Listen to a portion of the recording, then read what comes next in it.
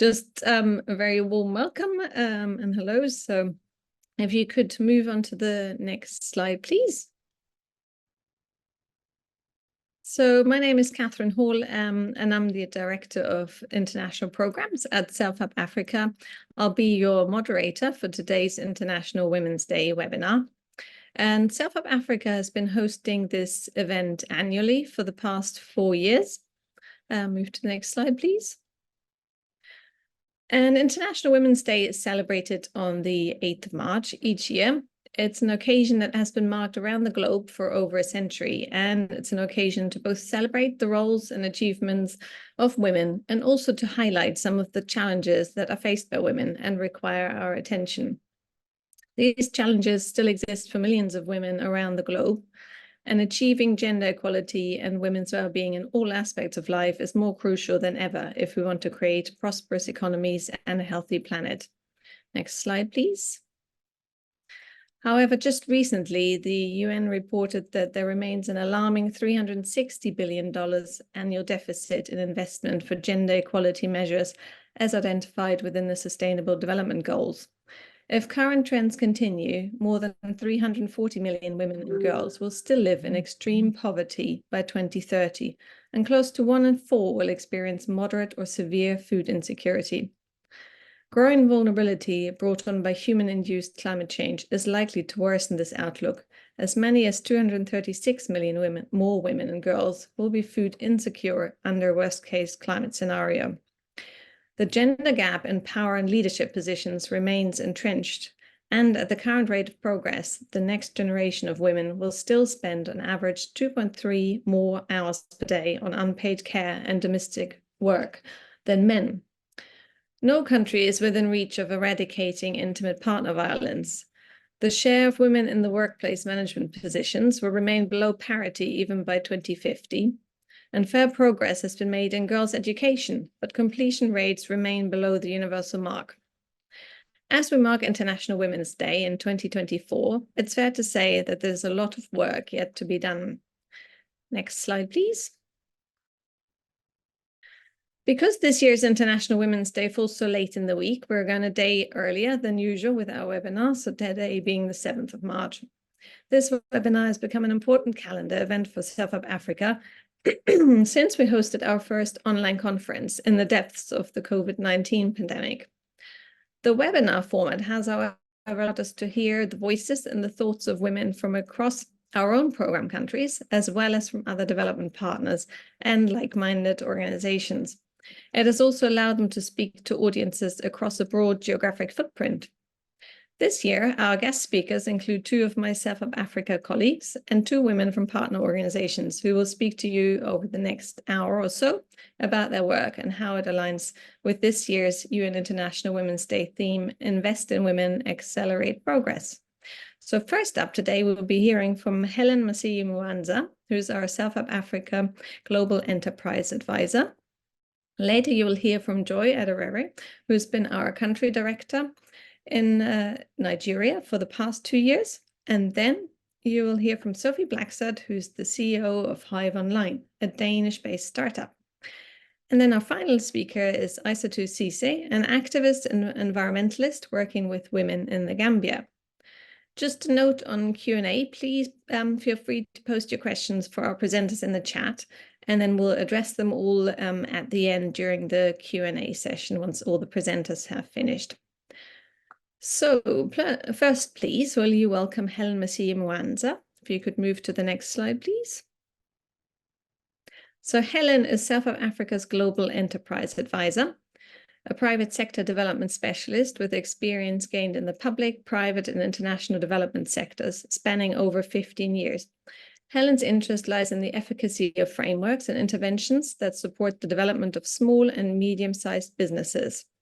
Helen is a former portfolio manager with the EU-backed Enterprise Zambia Challenge Fund, an investment vehicle in small and medium-sized industries, mainly in the agribusiness sector, that has been running in Zambia for the past 4 years. Helen holds a bachelor's degree in law from the University of Sunderland, a postgraduate diploma in performance measurement for non-governmental organizations from York St. John University, and a master of business administration from the University of Cumbria. Helen's also a Public Policy Management Fellow from the Virginia Commonwealth University and a recipient of former US President Barack Obama's Mandela Washington Fellowship for Young African Leaders. Over to you, Helen.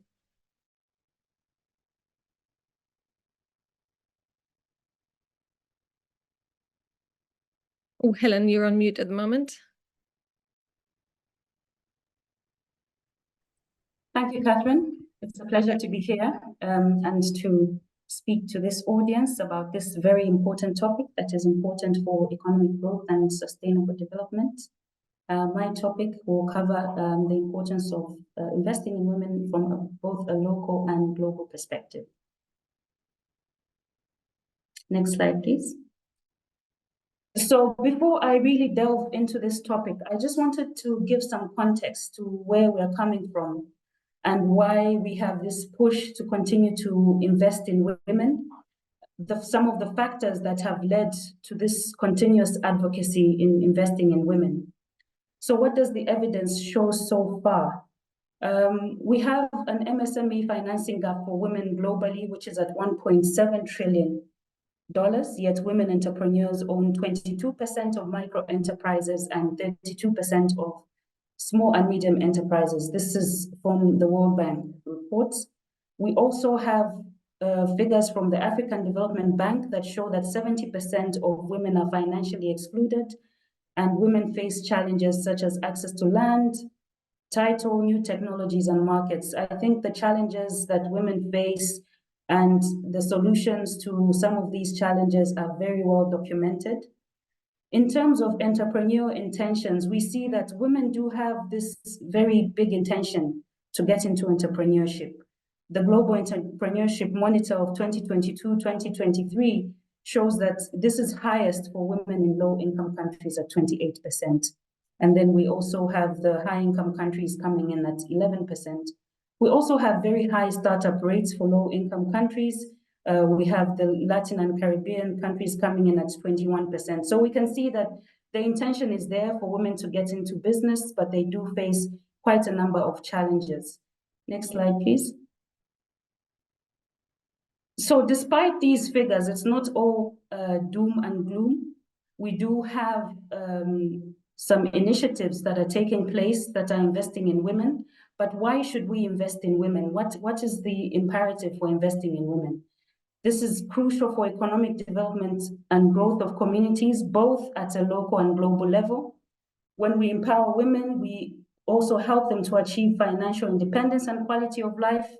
Studies have also shown that women reinvest up to 90% of their income in their families and communities. Some of their income goes into covering areas such as better nutrition and educational outcomes for their families. Investing in women also shows that we do have the potential to lift millions out of poverty. A McKinsey study shows that full participation of women can add up to $28 trillion to global wealth, an increase of about 26% in global annual GDP. So as you can see, these are staggering figures where if half the population in the world is involved in economic development, there's a lot of progress that we can see in terms of economic development, job creation, and all the associated benefits that come with setting up of enterprises. Next slide, please. So I just wanted us to look at some initiatives at a global level that are investing in women and what they've been able to achieve so far. Like I said, it's not all doom and gloom. We have made some steps. However, what we're saying is that we need this to be accelerated. So we have the ITC She Trades Initiative. This was established to address gender disparities in trade and help promote women in international value chains. This has facilitated access to market for over 30,000 women-owned businesses, generating over $145 million in exports. We also have affirmative action programs, such as one by the African Development Bank, the Affirmative Finance Action for Women, which was established to bridge the finance gap. That finance gap I spoke about earlier, so steps are being made to address some of these challenges for women in Africa. So far, they have approved over $1.5 billion in loans for women entrepreneurs. We also have initiatives such as the Grasser Machel Trust. This has been supporting women through enterprise development programs, looking at capacity building, looking at access to finance. We also have the Sherry Blair Foundation, which helps women to start, grow, and sustain their businesses. They have supported over 250,000 women to be ready for business. Business readiness is something that is very important for them to be able to access finance. So these different programs are adding capacity to the women, helping them get closer to addressing this funding gap that we see in most cases. Next slide, please. Coming to a local level, in terms of what Self-Help Africa has been doing to invest in women, I would like to give a particular example. As Catherine introduced me in her initial remarks, I was previously under the Enterprise Zambia Challenge Fund.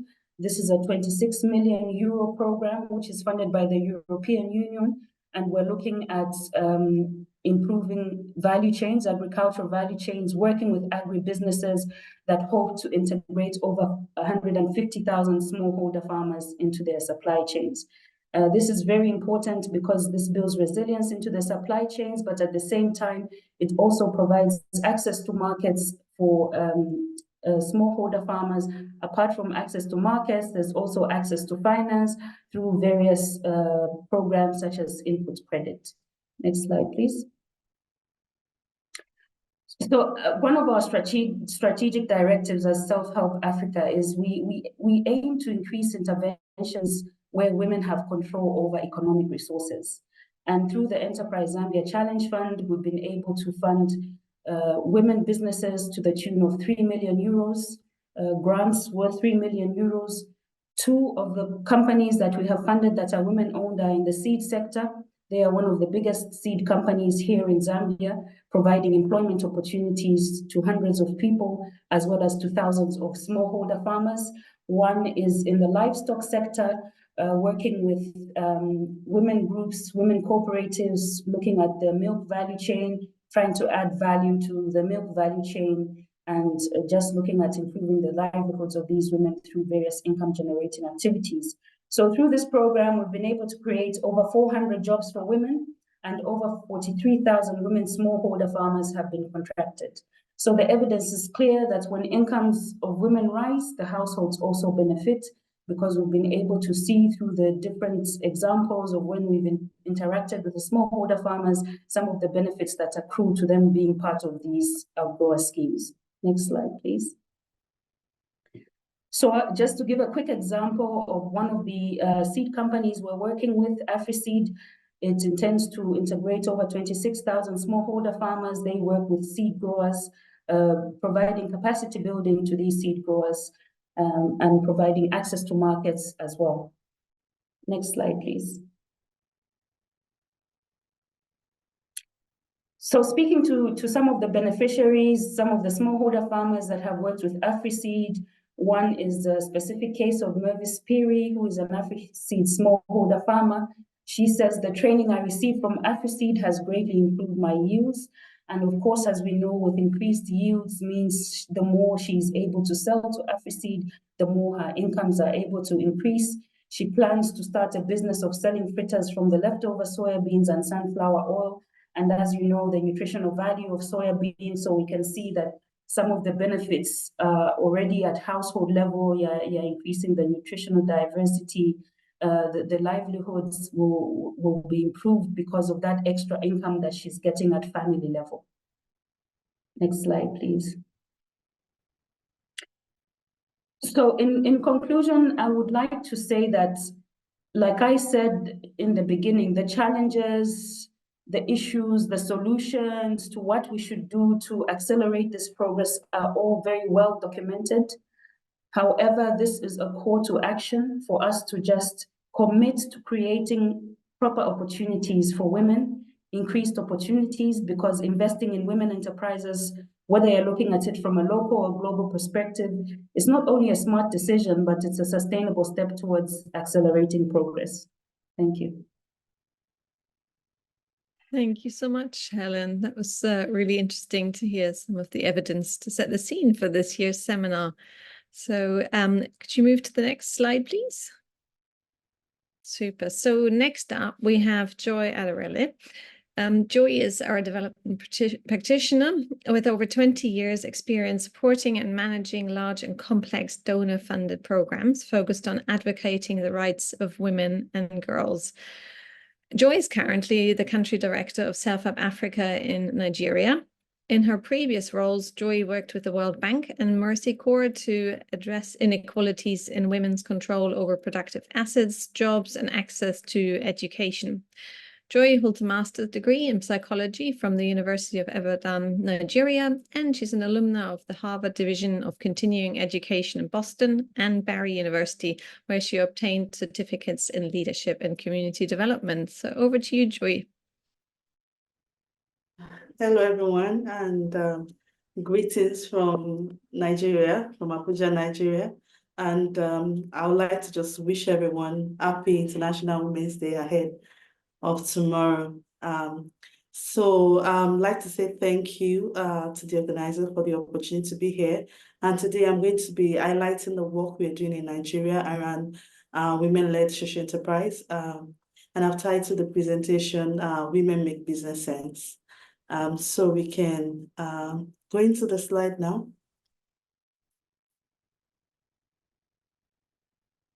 Okay, great. So women actually represent a significant yet often underestimated force in driving economic growth and development. Ellen and earlier presented how just ensuring inclusion of women who are over half of the world's population can lead to significant growth in our economy and in the progress we try to make all over the world. Just being specific to Africa, I'd like to let us know that 70% of Africa's food is produced by women. You see women across value chain in agriculture, yet only about 20% of female producers own their own productive resources, looking at land, other assets that are needed for them to boost their economic opportunities. But we have established in the earlier presentation, and there's evidence that increased female entrepreneurship will lead to higher economic productivity. It will lead to lower poverty rates and definitely improve family well-being. If women had the same resources and opportunities as men do, world hunger will be reduced by 17%. Currently, in Africa, we have 1 in 5 Africans that are faced with hunger, and this number can be reduced significantly. And we know that world hunger, has a lot of disadvantages, especially on women and children. For example, 45% of deaths, under 5 deaths linked to this and all.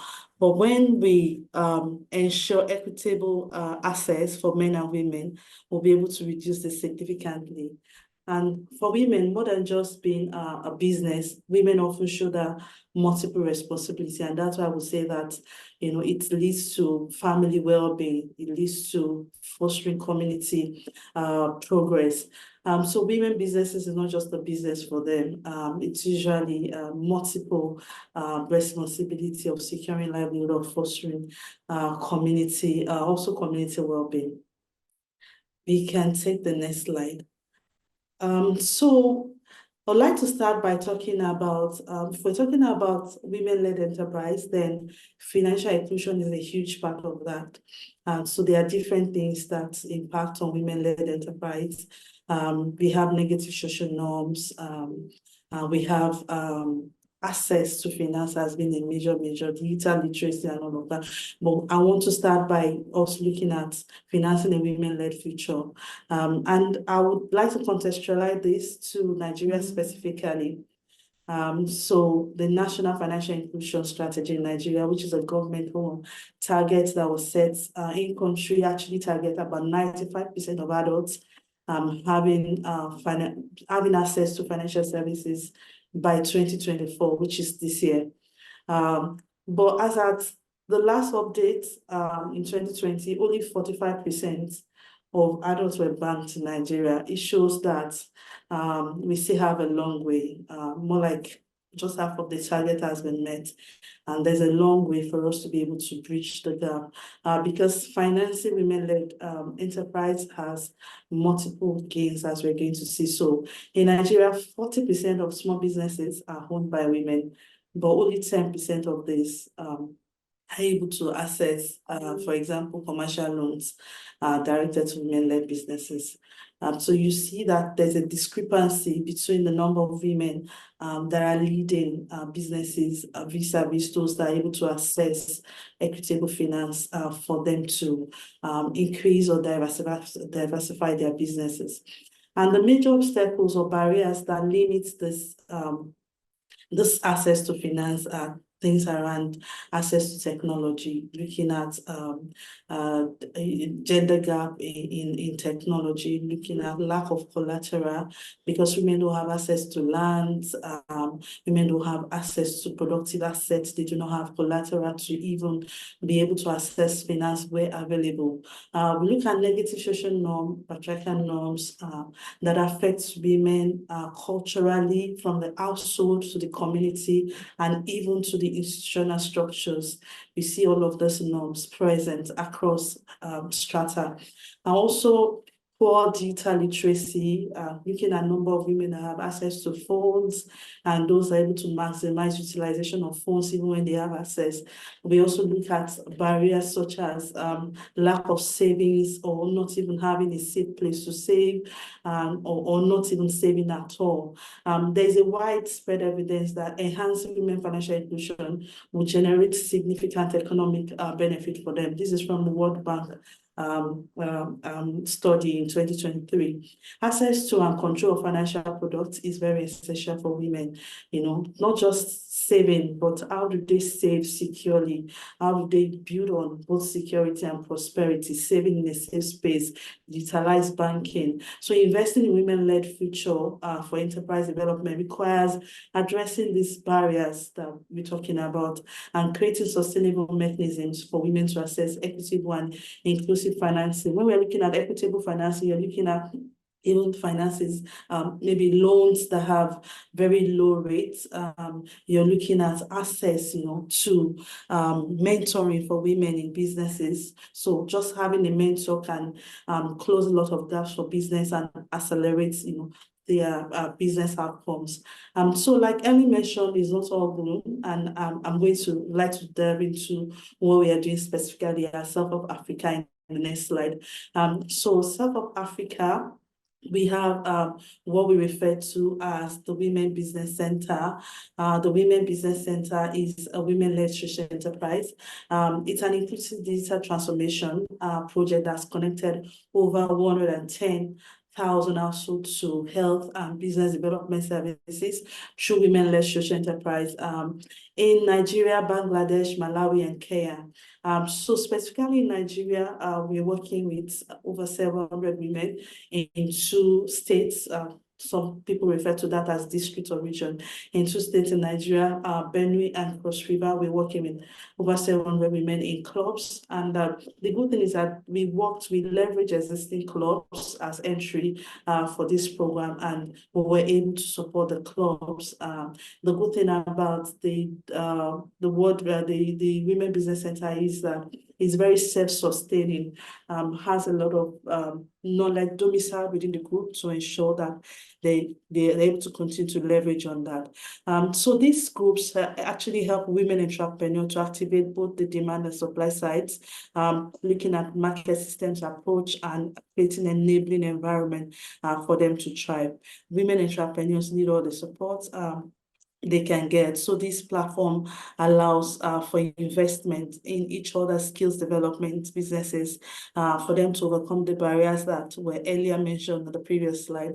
We also had significant investment in access to digital tools. Some of the women that have never touched an internet-enabled phone, we were able to provide tablet in the group where women are able to leverage these for them to jumpstart and encourage conversations around their health, around their rights, around climate crisis, and also they're able to use this to advertise their businesses online and connect to wider customer base. The Women Business Center serves as access point for hundreds of women entrepreneurs, linking them to services. So there was this public sector telemedicine service that was supported.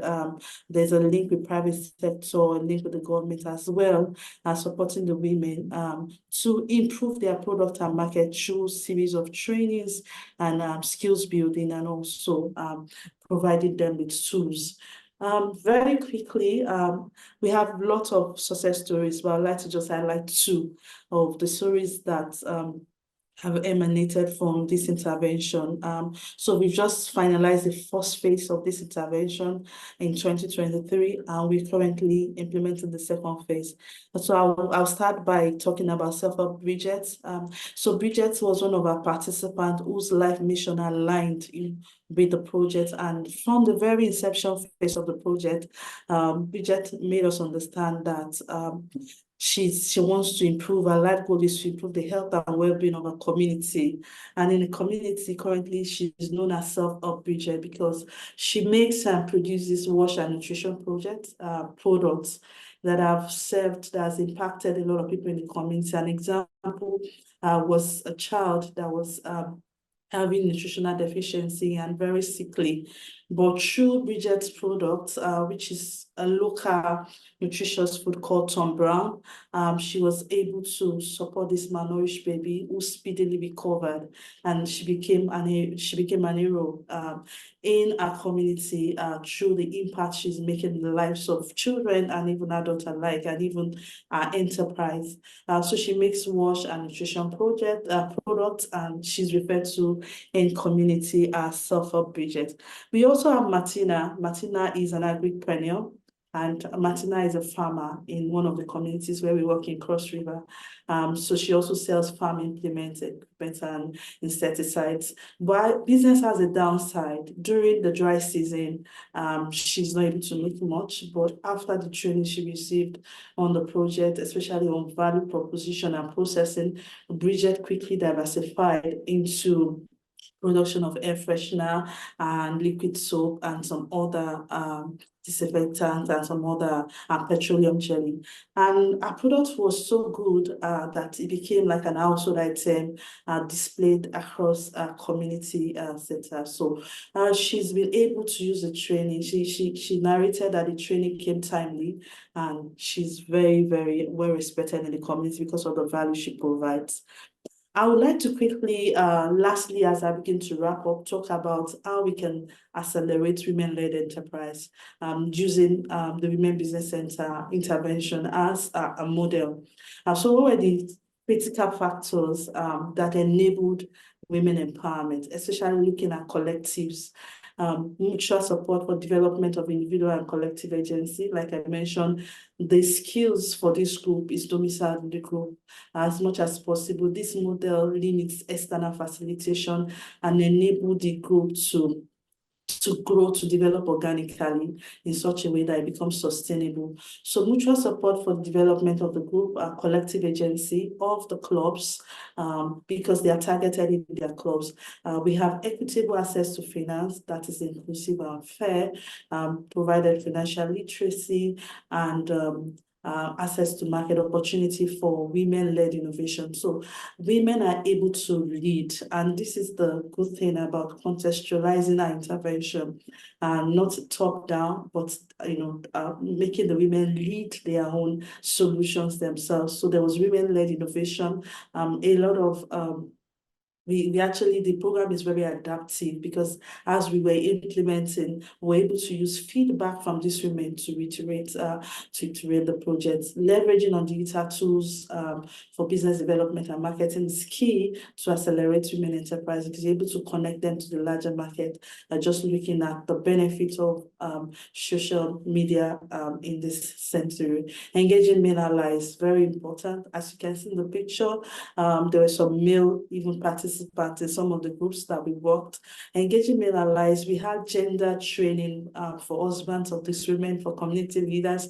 So engaging male allies is very key to creating that ecosystem that supports the women enterprise to thrive. And when promoting accountability among public and private sector actors is very key. So there are rigid norms, like men being breadwinners and women being homemakers, that limit development of women businesses. But addressing those environmental challenges or negative social norms enabled the women to get the buy-in. Women experience market system differently from men, and gender, we know, can actually be a unique constraint or even opportunity. So we were able to use gender to drive the inclusion of these women in the market systems and the support that they receive from their community and even their partners. I'm going to stop here and take questions, but the good thing is that we have so many success stories, but time will not allow me to share. But I hope I've been able to drive home the importance of the fact that women make business sense, and including in the spirit of the theme of this year, including inspiring inclusion, including women in value chain of enterprises, and increasing their access to finance is an important factor to see more women-led businesses thrive. Thank you, Anova. Thank you so much, Joy. Thank you. That was a great presentation. And we've had a few comments and questions pop in the chat, so please keep them coming, and we'll address them all at the end with all the presenters. And I just wanted to highlight one comment that was posted by Charlotte, which also resonated with me. It's a powerful statement to say that if women had the same resources as men, world hunger would be reduced by 17%. So that's pretty, good statement to remember as well. So, and just also to confirm that we are recording this seminar, and we'll share it with attendees afterwards, as I noted someone had asked about that as well. So moving on to the next slide, please. So next we have Sophie Blackstad. Sophie is the CEO of Hive Online, a Danish-based startup building decentralized finance for financially excluded smallholders.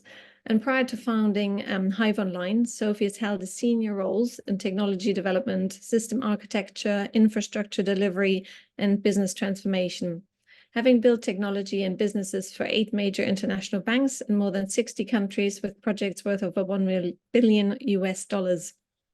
Sophie has written books including FinTech Revolution with Rob Allen and multiple research papers, delivered 5 core banking systems, multiple payment systems, and led the transformation of Citigroup's technology and retail operations.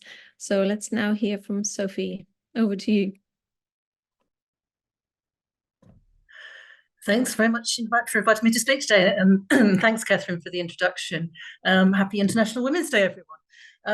I'm going to be building on what Helen and Joy have been talking about by showing how Hive Online, our platform, is helping to digitize smallholders, and especially women smallholders, so they can engage with the digital economy. Next slide, please. Actually, next one. Sorry, go for it. So Africa's smallholders could grow more than enough food for the continent, and as we've heard, they could be addressing world hunger.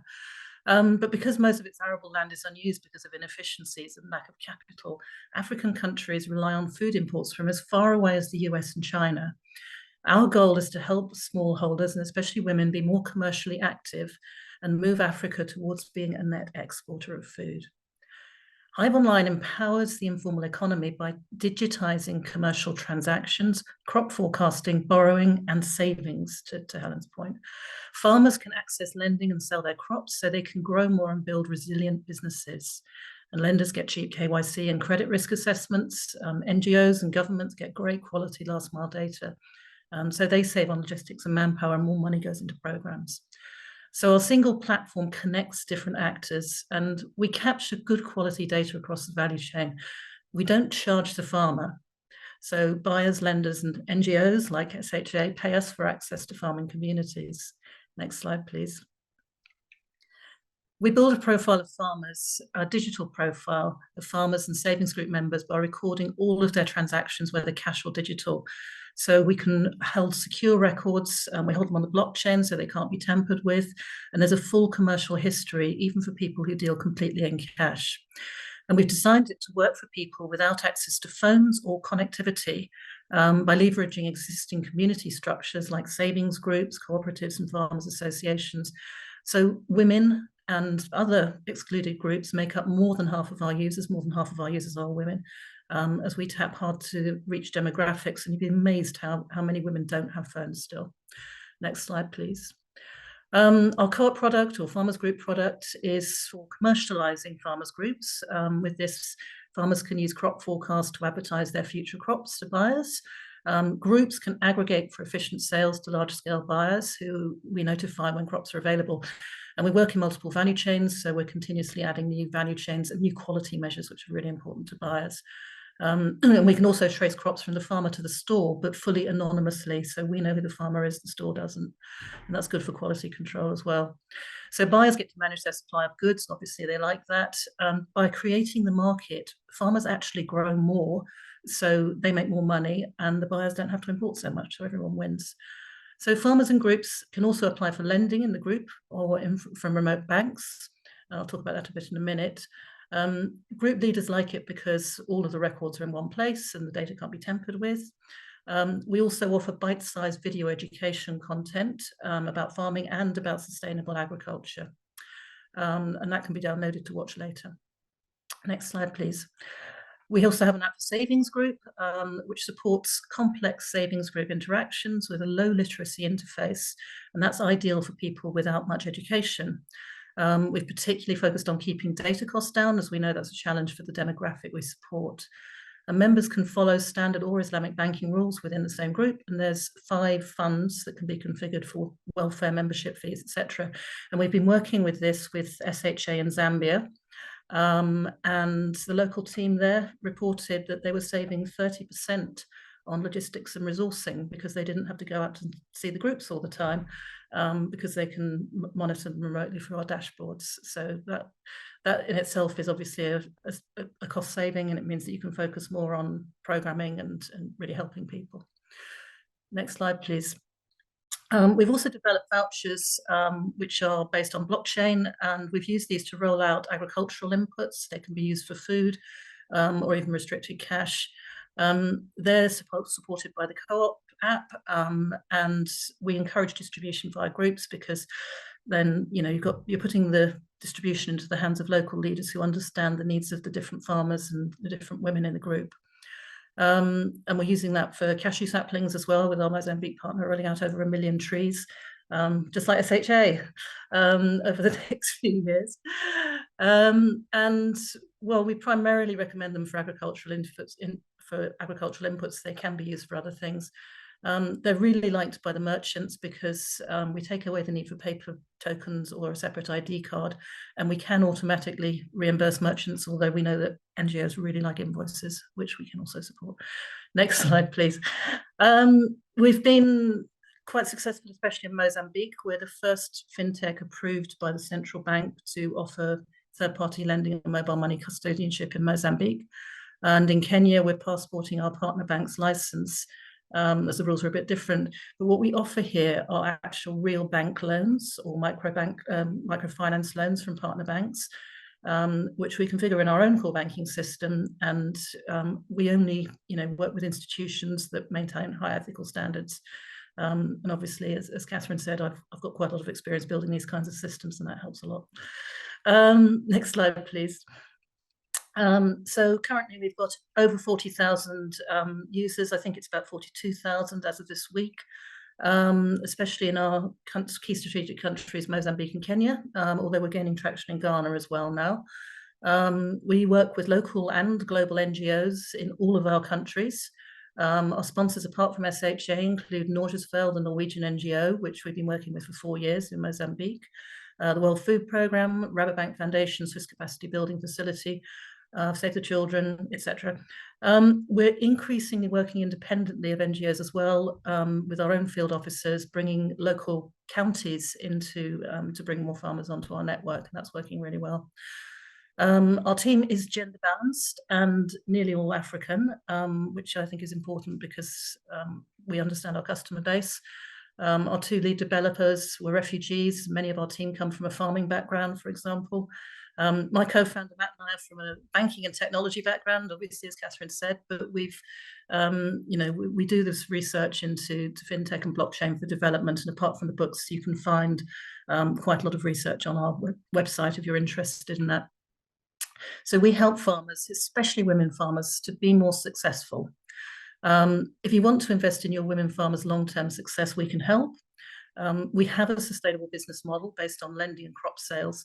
So once we're established, you can walk away confident in the knowledge that the farmer's success drives our success too. And as the theme is investing in women, I just thought I'd mention that we're also raising a small investment round if there's any investors on the line that want to talk to us. But yeah, if you're interested in helping your farmers to be more productive, to access more markets and to access finance, we can help, and we'd be very happy to do that. Thanks very much for your time, and please post any questions in chat. Super, thank you so much. Thank you, Sophie. That was really insightful as well. So as Sophie said, yeah, please keep questions coming, and we'll move on to our next speaker. If you could move to the next slide, please.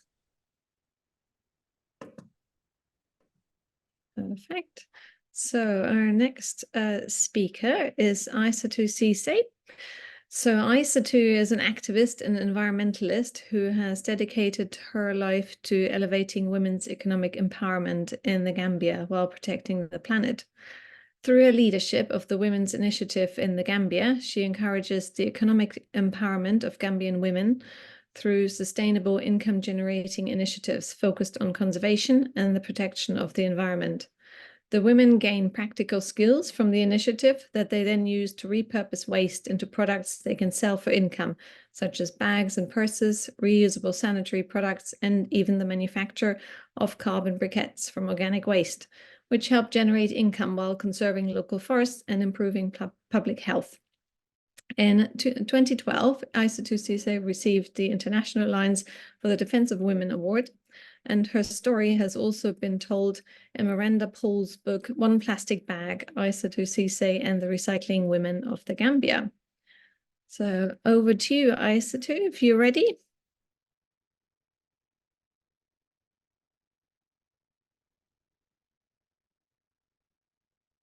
Aissatou, I think you just need to unmute yourself if you're okay. Yeah, perfect. Are we there? Yeah, perfect. Thank you. Over to you, Aissatou. Over to me, right? Yeah, over. Yeah, greeting from the Gambia. Like I said, my name is Aissatou Cissé from the Gambia, and I am the founder and the director of Women Initiative Gambia. And I am celebrating International Women's Day today. And you are all welcome to join us to celebrate International Women's Day today.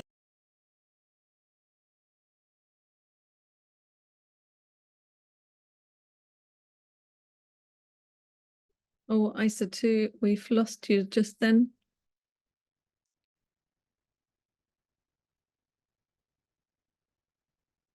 Aissatou, can you hear us? If Aissatou's reconnecting, I think we could just go to a couple of questions for that we've had in the chat already while we wait for Aissatou to reconnect. So we had a question for Helen, or some feedback, Helen, if you're there. So there was a perfect. So there was a point in the comments. Helen, 43,000 plus women farmers were contracted and only 400 jobs were created. And comments, how does that relate to the indirect benefits? So do you have a feel for the indirect benefits that were created? I don't have the exact figure to hand, but of course we do know that there have been indirect benefits created from the women smallholder farmers that we've been working with, from different players in the value chain, suppliers, input providers. So of course there is that indirect benefit that comes through. Yes. Great, thank you. And then there was another question for you, Helen, if I stay with those. Yes. So what are the opportunities for women entrepreneurs in Zambia? You mentioned that women face lack of access to land title, new technology and markets. Challenging times could also present good opportunities, not only to build resilience, but also to create new ideas. How can women get increased access to markets, in your opinion? That is very true. Where you have challenges, the other side of the coin is what are the opportunities? So there are several approaches to this. One of them being capacity building, coming up with targeted programs for women businesses, such as financial literacy, business plan development, quality assurance systems, negotiation skills, especially if they're going to get into various contracts, they need to be able to be in a position to negotiate confidently. As part of the capacity building, sometimes we tend to focus so much on the technical side, but we also have the soft skills like the confidence building, encouraging women to lead, mentorship, so that they're in a position to actually be confident enough to go and negotiate for profitable access to markets. We also have approaches such as gender lens investing, gender responsive procurement opportunities. Sophie talked about the power of digitization and how this can be leveraged. E-commerce platforms can be leveraged for access to markets. We also have things such as exhibitions, fairs, cooperatives as well could be a very good avenue for access to markets, because that leverages on economies of scale. Specifically to the Zambia picture, I would like to give an example of some of the initiatives that are currently in place. For example, under the Office of the Vice President, we have a land initiative where 30% of land is for women. So those are some of the affirmative action that is taking place. We also have policies such as the Zambia Public Procurement Agency. Again, there's quotas for women, participation, just to ensure there's gender responsive public procurement policies in place. Apart from that, in terms of collateral, we're also looking at non-collateralized options, such as the movable property registry, where if one doesn't have landed property, they can use whatever equipment they have, whether it's a tractor or whether it's livestock. So those are just some of the initiatives that are taking place in Zambia that have the opportunity to increase access to markets for women. Great, thank you so much, Helen. We're still waiting for Isa to rejoin. She's got some connection problems. So if I move on to some questions for Joy next. Joy, if that's okay. There was a question for you in the chat, Joy, so related to the women's business centers. Please, can you give us a sense of the scale that needs to be there to make them sustainable, related to income, clients, and capability? Yeah, thank you. So like I mentioned, we currently working with 700 women, and the plan is to scale this up. But looking at the three highlights points, I think the first one I want to talk about is on capability. So the program ensures capacity strengthening for women, providing knowledge and skills for those women. And like I mentioned, this knowledge and skills is now domiciled within the clubs, because we work with these women not as individuals, but as collectives. And there are different clubs. The club could be trade associations, they could be social-cultural groups, but mostly existing. They could be saving groups, VSLA groups. But in their groups, we work with them to build their capacity in different aspects, like I mentioned, value proposition, business skills, financial inclusion, and all of those capacity strengthening provided for them, including confidence building, just like visioning and all of that. So this knowledge and training, they are simplified. And in order for these women to really understand them, because these are rural women, low literate women. So this is, and we didn't start simplifying. I know we had to adapt because initially the training was sort of above their understanding, comprehension, and we had to at some point simplify this process. On the income, the good thing is that because they are clubs and they are collective, they're able to aggregate their income, whether that's in savings or in investment. So we are also able to facilitate group investment for them. The women are to choose what they want as a group asset that can improve their income, and this was facilitated. So they're able to galvanize income, increase their income from the pool of their club as collectives, putting money together, and also with the business assets domiciled in the group for them to increase their income. The third one is around the client base. So these women buy from themselves because they're individual entrepreneurs in a club. So they are individual businesses and they are club businesses. So they're able to patronize themselves because there's increased publicity, visibility for the businesses of each individual women, and also they're able to leverage digital platform to advertise to the larger markets. So those are like the things that we've done on the project. Super, thank you. And there was a related question. I think you touched on it as well, but just in case you have more to add. So the one question raised was how do you train in financial services and for rural women and or even the wider community? Is there anything else you wanted to add on that?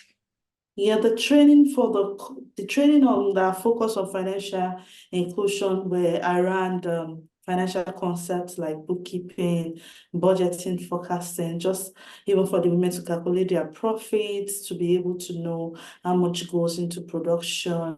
Community-led, we had community-led market assessment. We were able to help the women vision, kind of have a vision for their business, and then for them to be able to position their business, market their business, because if you don't know the business for your, the vision for your business, is very difficult to talk about it. So just helping the women see the value in what they do. I remember when I visited one of the training, there's a woman that she's into agriculture, and when we're asking her, how does this tie to, what happens in the community, she said our work is able to help reduce hunger. So those are like the kind of things, helping the women see the big picture, so that the business is not just the business to them, but it's like a personal mission that they're able to push forward. And we simplified. Again, like I mentioned, we didn't start with a simplified version. We started with something technical, but along the way, we had to adapt and make it simpler for them to comprehend. Great. Thank you so much. I think that was all the questions I could see for you. There's one for Sophie in the chat as well. What's the interface between the banking services Hive Online provides at household/group level and the formal banking sector? I.e., at what point do savers or borrowers graduate to open a bank account with Standard Life, for example, or so far do individuals stay with a system set up in their community? Long one. Yeah, that's a really great question, because it depends is the answer. I mean, we find with the communities we work with, some already have bank accounts but may not have access to credit. We also find that the people who've got the least credentials are the least qualified for bank loans, as you would expect. But what we do is we build up, for example, in the savings group, or if they're borrowing from the cooperative, we'll build up a credit history based on their interactions with the group. Which starts them to get access to some of the other things they need, which may, not initially be a formal lending, but after they've built up a commercial history for some time, that starts to qualify them for formal lending from a bank. So we're really, in many ways, we're synthesizing what banks would do on paper in the old world. And making it quicker for banks to get access to these communities, because they're seeing commercial transactions and credit history, which otherwise would have been difficult to access and on paper.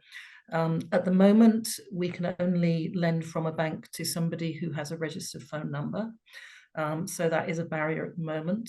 But as I say, as the commercial history builds, and obviously as they become more prosperous and they can get access to things like phones themselves, then they can get access to more financial products.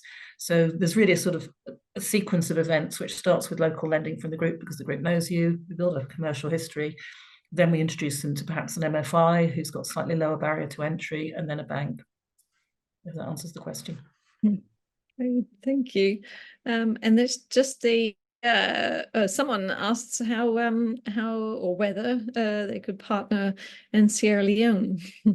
We're not in Sierra Leone yet, but we don't rule anywhere out. Our business strategy is to develop our strategic countries, which are Kenya and Mozambique first, and then lift and shift the model. But we've already started to roll out in Ghana. Obviously, we were with you in Zambia, and the next sort of lift and shift will be once we've really finalised the model in Mozambique towards the end of this year. So it's imminent that we will be we'll be going out to other countries with the same model. In fact, Ghana, we're committed to putting that model in next year already. And I think Zambia, we're talking to you guys about doing the same thing there. So it won't be long. And once we've done it there, you know, other places can follow. Is Cameroon on my list? Not yet. We have talked to people about Cameroon, but we haven't actually succeeded in closing anything there yet. Super, thank you so much. I think I can see Isatu has rejoined. Okay. I'm going to see whether Isatu is there to present. Isatu, can you hear us?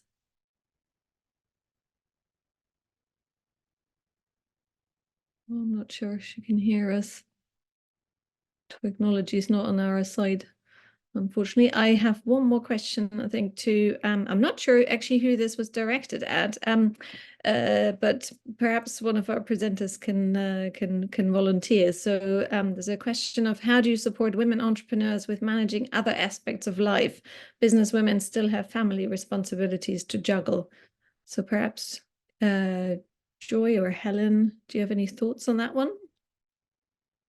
Yes, I mentioned that we provided gender training because the question is very correct. Women have other responsibilities, like I mentioned, and just helping them find the balance and also creating that ecosystem that support them to thrive. So that's why we provided, beyond the direct participants, the partners, the husbands, the community leaders of these women were our indirect participants.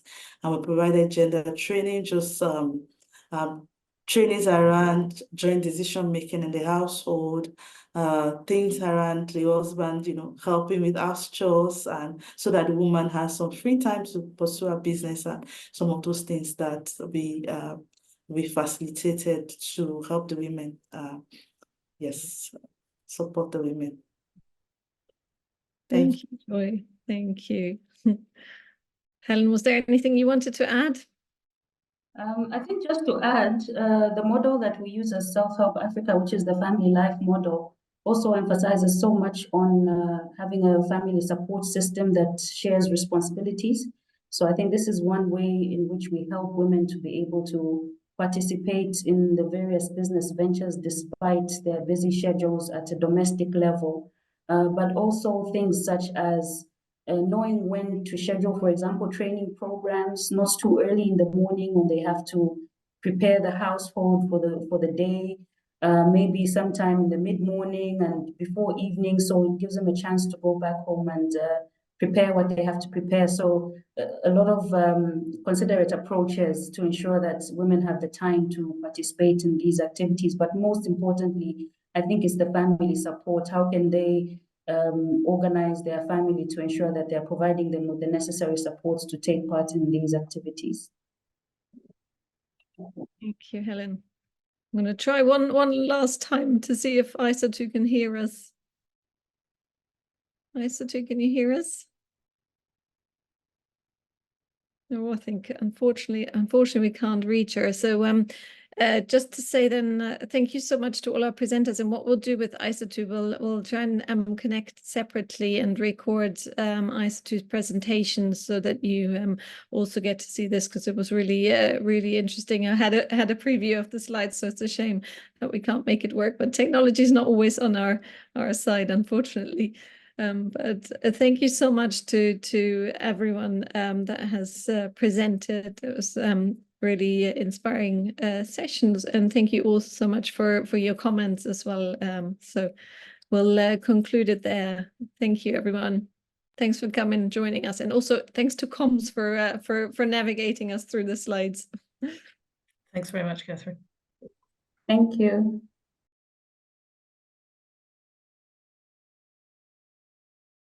Good morning, everybody. Good morning from the Gambia. Greeting to everybody and wherever you are. I'm saying thank you very much for giving me the opportunity to join the program, to be able to participate as women from the Gambia and Africa in particular.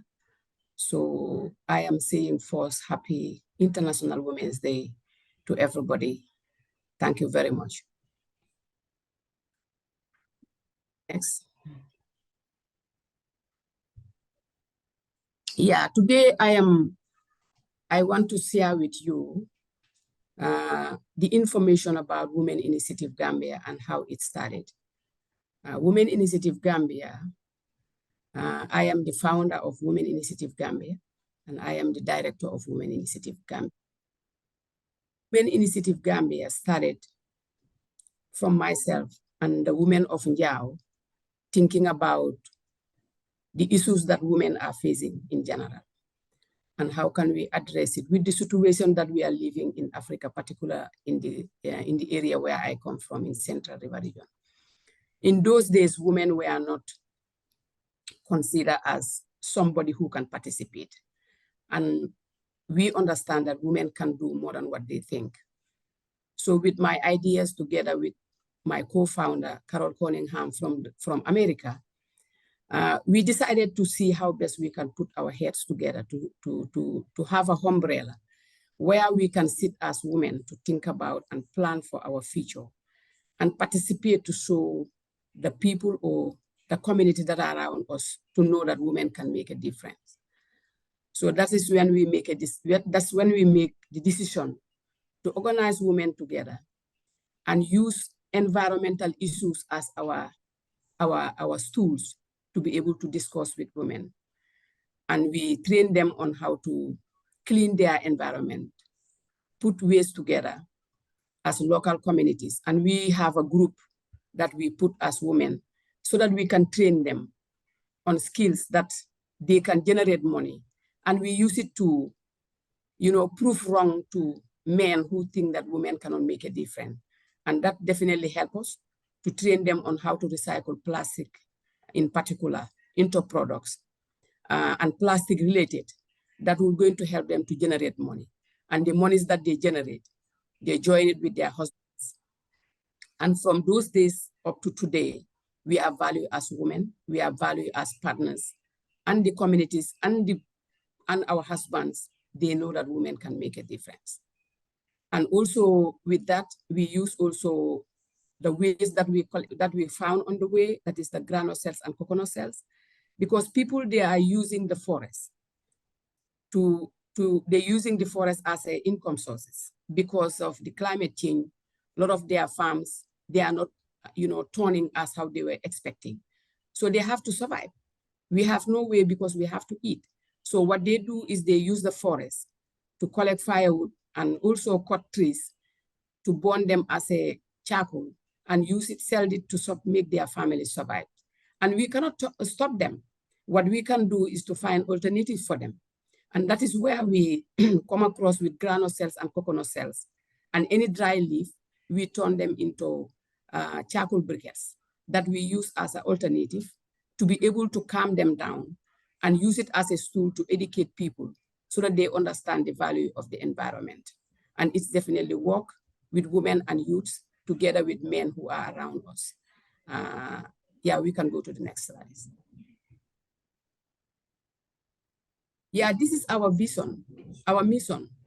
You know, what we decided is to try to see the people who are vulnerable, the people who don't have opportunity, particularly women and youths. How can we help them?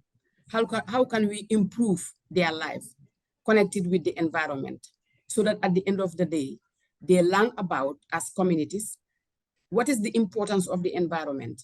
What can we do to protect the environment? And if we protect the environment, what is going to happen to us as human beings? So we help them also to increase their investment, the little investment that they are doing as women, little, businesses that they are doing. How can we improve that? So that at the end of the day, we will be able to empower them, and also they will value the environment and participate as communities. Next slide. Yeah, this is the way that we collect waste. Because as Women Initiative Gambia, we are trying to see how best we can protect our environment, because the environment is left behind. People, they think in those days, collecting money is the only thing that we can do to have a better life. But Women Initiative Gambia, they said no.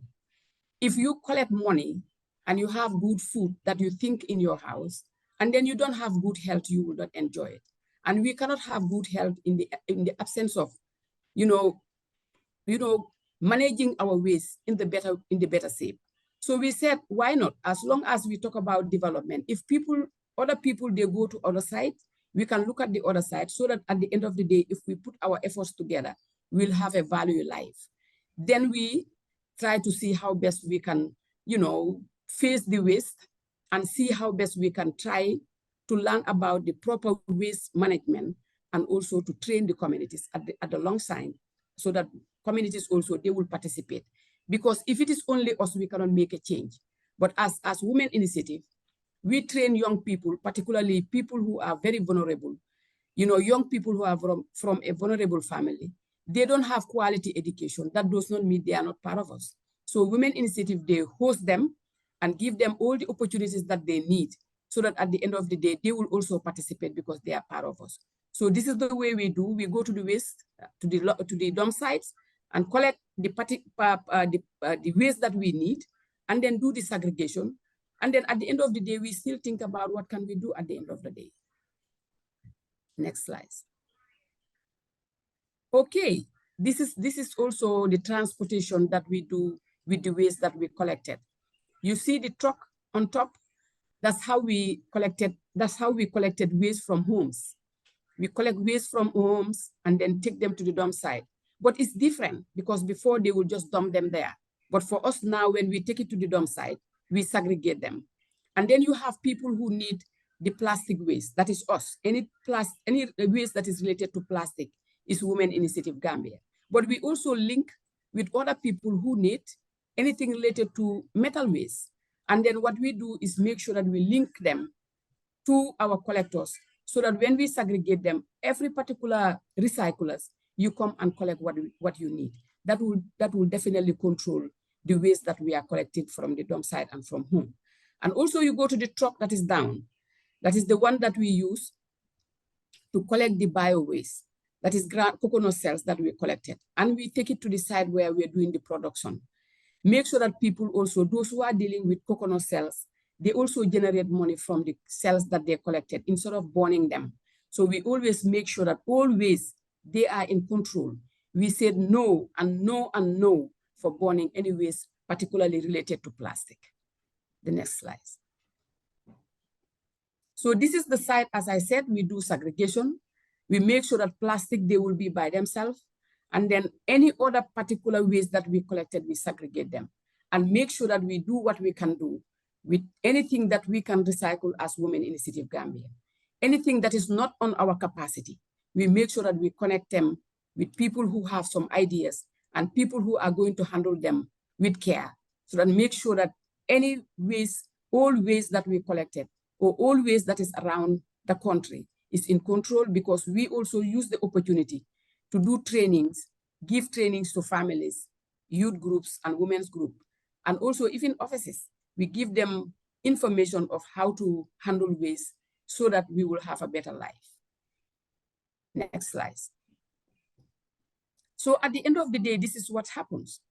And then with Women Initiative Gambia, we value every particular person or every particular things that is on the earth. We value it because we understand that without useful of those particular things, God will not create them. And then when we talk about creation, God created us the way he wants. So we cannot do anything. But at the end of the day, we have to value each other and we have to support each other. You see where we segregated the plastic? Women Initiative team, they go and collect plastic related. And this is single-use plastics. And what they're doing now is they're cleaning them because before we use them, we have to clean them with detergent powder, with all the liquid soap that we know that when we put it there, it will make it zero chemical. So we clean them and hang them. And you see those who are working, the lady who is bending, she is a volunteer who is working with us. The one who is sitting down, she is a disabled. So with Women Initiative Gambia, we think everybody have to be together when we talk about development. Because at the end of the day, if we left out the disabled people, they are not part of the decision making, then our development will not be complete because they have to receive their part and their voice have to be there. So if their voice is not there, they are not part of it. And if they're not part of it, then our success is not complete. So that's why Women Initiative Gambia, we are working with all categories to make sure that at the end of the day, we have sustainability with what we are doing. So these are the products that we make out of the plastic waste, the single-use plastic. The next slide. Okay, so now we come here to the upcycling that we are doing with Women Initiative Gambia. Like I said, our waste collection is everyday classroom because every single day when we go to the dump site or when we collected waste from offices or from homes, we receive new products because every single day, the companies who are making plastic products, they are making so many different types every single day because it's cheap to buy. And then they know that African people who are very poor, they go for cheap things. But at the end of the day, those cheap things, what is going to happen when we get them? So this is why when we are collecting waste, every single day, every single other month, you see new products that we make. You see the chairs that we make out of motor tires. They are very beautiful and they are very strong and it's environmental friendly. You go to the dump site, you find them lying down there. And what will happen next? Guess what? They're going to burn them. And when they burn them, they pollute the whole world. They pollute the whole country. And they bring diseases that when we inhale them, we get diseases that is uncurable. That is, it weak our lungs. And also it can give us heart cancer. And it can even give us skin cancer because these are dangerous. And at the end of the day, it will going to affect the atmosphere. So this is why we always try to use our creativity to make sure that whatever we come across with related to plastic, we use our creativity to see what we can do with that. You see how beautiful the chairs are, and they are very strong, and there is nothing that termite can do with them unless fire breaks. And other than that, they are strong to stay for more than 10, 15 years, just to add paint to it. And also you look at the next products. They are made out of bicycle tire in a tube. We find them at the dump site. So what we did is the same thing. We collected them and then cleaned them, we just play with them. So at the end of the day, we come true. Our game come true because we make beautiful necklaces out of them. We make key holders out of them. And we make earrings out of them. We make a lot of jewelries out of them. And generate money. And at the same time, it can employ the young people. It adds more income, more employment rate to the society. And it empowers women and youths at the end of the day, especially women who think that they cannot make a difference because they've never been to school. Women Initiative said no. Young people who are, who their family thinks that they are useless. We said, no, there is no one who's useless. Whenever you train them, they can become a good citizen. And then sometimes, families, they think that young people who did not go to school or who did not finish education, they are not important in their communities or their families. We said, no. Women Initiative welcome them, train them, give them all the opportunities to think by themselves, give them a lot of stories, particularly my own story as Aissatou. I give it to young people. That's why I said, the young people, they have me for now. Let them grab what they need from me. You know, part of my journey, it was very, very, very difficult. And I will come to it later so that you know that the young people, they have somewhere to learn from globally. Next slide. Slides. Yep. Good. So this is going to take us back to when we talk about climate change. Climate change is a global problem. Everywhere in the world, people are crying about climate change. But what do we think is the solution for it? As the elderly people globally, and institutions, organizations, rich people, they are putting their efforts to climate change. But what is the next step that we think is the solution? Is not to give them money to do a lot of sensitization. Is to give them, you know, seed money that they can use to be able to reach to the right people and give them the information that will warrant them to participate. And then when they participate, they need to know we are planting these trees. And what is climate change? And what, you know, who caused it? And who is the person who are the group of people who can change the situation? It's not about one or two, it's globally. All of us have to put our efforts. But before we put our efforts, we need to know what is going on. So that is why Women Initiative Gambia, we work directly with communities, wherever they are, how rural places, we try to go there and meet them and give them the information. They need to know the information and they need to connect it with the situation that they're living every day. You go to communities, you ask them about their history of farming. They can tell you how much they were having yesterday and how much are they having today. It's a far different. Today they have less and they have more before. And what is the cause of that situation? We need to explain so that they can feel it and they know that this problem is not only one person's problem. Everybody have to participate. Everybody have to play your role wherever you are. At the end of the day, when we meet, we'll be able to see a bigger impact and sustainable one. And we cannot have a sustainable one without you look at the other picture where we have schools. We are working with schools because we have been doing this activity for kind of a long time. And everything is working well because for us, we are not just going to dump trees to communities. We assess communities, including the alcalos of the community, that is the leader of the communities. We assess them and give them form to fill. Those forms are the commitment that they made. And then at the end of the day, we assess the community and ask them to understand that they have responsibilities on what we are doing. We have a responsibilities as an organization, but they have a responsibilities as a community or individual who's going to receive the trees. What is our responsibilities as organization for now is to make sure that we give them the plants and train them how to transplant them and how to care for them. And the responsibilities of individuals or communities is to make sure that they put protection, they protect the plant and give it water. And then we also come to supervise. Every other month or every other 2 months, we come and see the situation of the trees and then give them step-down training. We give them training every single day and give them advices whenever we meet them. So that is why the rate of our tree planting is success.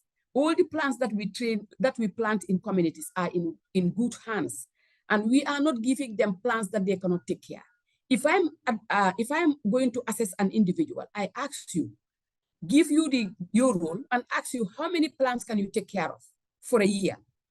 Then the amount of trees, even if you say 1, that is what I'm going to give you because I want to see the survival rate. That is why we are doing tree planting. It's not only to go to the fields and plant trees and leave them there. Plants, they are just like myself. If you put me on the street without giving me water, no food, at the end of the day, I will die. And the same thing, they also need love, they also need care. So that is why when we looked about sustainability, we said that we cannot get sustainability in the absence of the young people. That's why we attack the schools. And we are working equally with schools also. The same thing that we did is in communities, that's what we did with schools. We make sure that the principal of the school is involved and they give us 2 teachers for coordination. And also the students, we have 50 students in each school for the 4th year, 25 girls and 25 boys. And what is our role is to give them the trees. And each student feels so excited to own a tree. And it will be a competition between them. They don't want, each and every one of them want to see success in their plans, because we come and supervise and the teachers, they coordinate. So this is why with our tree planting, we have a success story. Next step. Next slide. Okay. So this is going to take us also about the climate change that we are advocating. We have to cook. Obviously, we have to cook. And then right now, you know, the way the environment and our forest is look like is getting zero. You know, we are seeing that 75% of our indigenous trees, they all have gone, because families, they are very poor and they need to eat. So this is the alternative that we find as Women Initiative Gambia. And we did all the testing, you know, having the normal charcoal that they cut trees and abuse life, and the charcoal that we make from the recycled bio-waste that we have. We do cooking demonstration with the communities and we time them. They all serve the same thing. And at the end of the day, the charcoal that they get from the forest, those ones they cook fast, even though the food that they're cooking is not going to be tasted well because it cooked with force.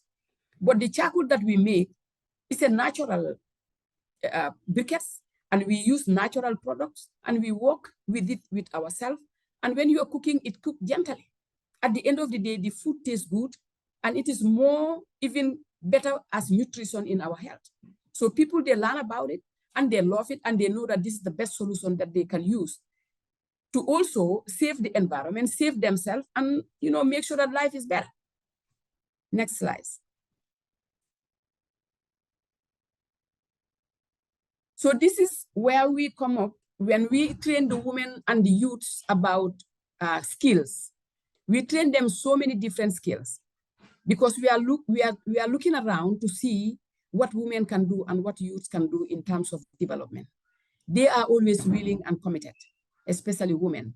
They are always happy and excited when they are in the journey of developing the world. You know, that's why I always said, when women are leading in development, the world is always developed. And then together, we can put our heads together to make sure that the world is developed. Because when it is developed, we all have peace. So look at women.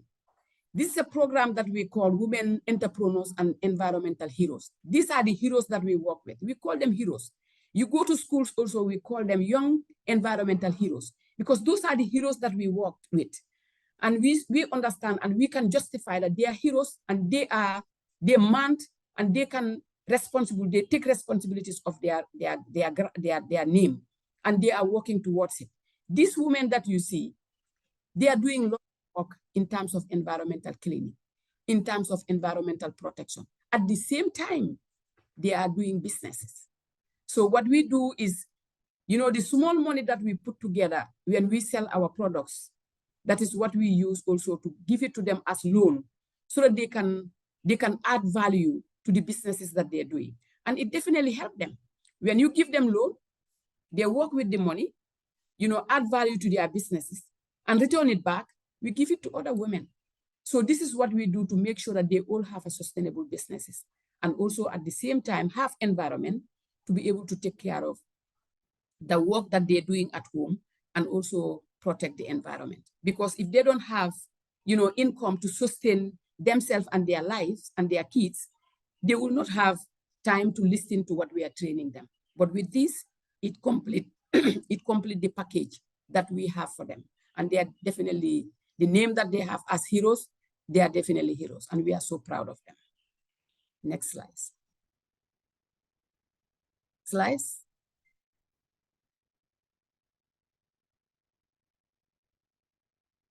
Yeah, look at, you know, the market opportunities that we have and the outcomes for working with women in businesses. You know, we started working with women of Njau, you know, women at where our main office is, that is in Central River Region. And when we are doing that, we are not making a big mistake, because we believe that when you start something, you start small and grow big. If you start small, if you make mistake, the mistake will be very small. But if you start big, if you make mistake, the mistake will be very big and it will be very difficult to control. So that is why when we started, we start with Njau, women who are in Njau. train them on how to move their businesses and educate them on how to improve their nutritional values at home, and help them to have some little things, little baby things to take care of their kids, because we train them on what we call nutritional values within their families and within their kids, and also train the women to understand that when they are pregnant, they have to get to the hospital earlier, because we were encountering a lot of miscarriage with women around the rural, and also lack of, nutritional values in their bodies. And we understand that it's because of they are not eating good food. So what we did was we trained them on the combination of making a better food, and they have all the necessary things that they need to have those combinations. So we use the granules that they have, rice that they have, coos that they have, and we train them on a good formula that they can use as pregnant women and babies, so that they can have a good health. And that we did not stop there. We also, collaborate with disabled women's groups who are definitely so dynamic and very committed in terms of development. But at the beginning, before we met them, they were on the road begging. So we believe that they can do more than that. And they are part of us. 75% of disabled in the country, they are all on the street begging. And it's very risky. So we contact them and want to work with them. They were saying, no, Aissatou, we cannot make it. No, Aissatou, we cannot make it. We said there is nothing that is impossible. We bring them together, 15 of them, train them skills, and they can do it better than anybody else. And some of them, they have their own businesses, and they are running it now because of the business plans that we train them, how to manage business, give them training on business management. It helped them because they were thinking about doing business, but they were not having confidence. But having the interaction with us, it gives them confidence, and they set up their own businesses. And if you come to Gambia today, those 15 days stand and get ready to sensitize other families and other, disabled women to tell them that they can make a difference. And when they are educating them, it's not about giving them guests or giving them testimony of anybody but themselves. And it's something that is going to become real. So this is something that we do to make sure that we help them to generate money, to change their lifestyles and change the lifestyles of other disabled in the country and women in general. Because if you are working and you see disabled women, they have their shops, they are selling, they buy their own homes, they do things on their own. What are we waiting as people who have their legs and working? So it is like a combination that will combine women in general and youths to work together to boost and encourage them to make sure that their business and their abilities is changed to better for the next generation. Next slide. Yeah, thank you so very much for watching us and listening to us, and take your time to come and listen to us. We are very happy to share our experience with you, but we cannot say thank you and close without mentioning self-help. All what we were doing, it was a challenge for us on how to reach the right people. But partnering with Self-Help Africa, it helped us to be able to reach the amount of people that we need globally in the country, because they help us to have access to the people that we are looking for. So we are saying thank you very much to Self-Help Africa.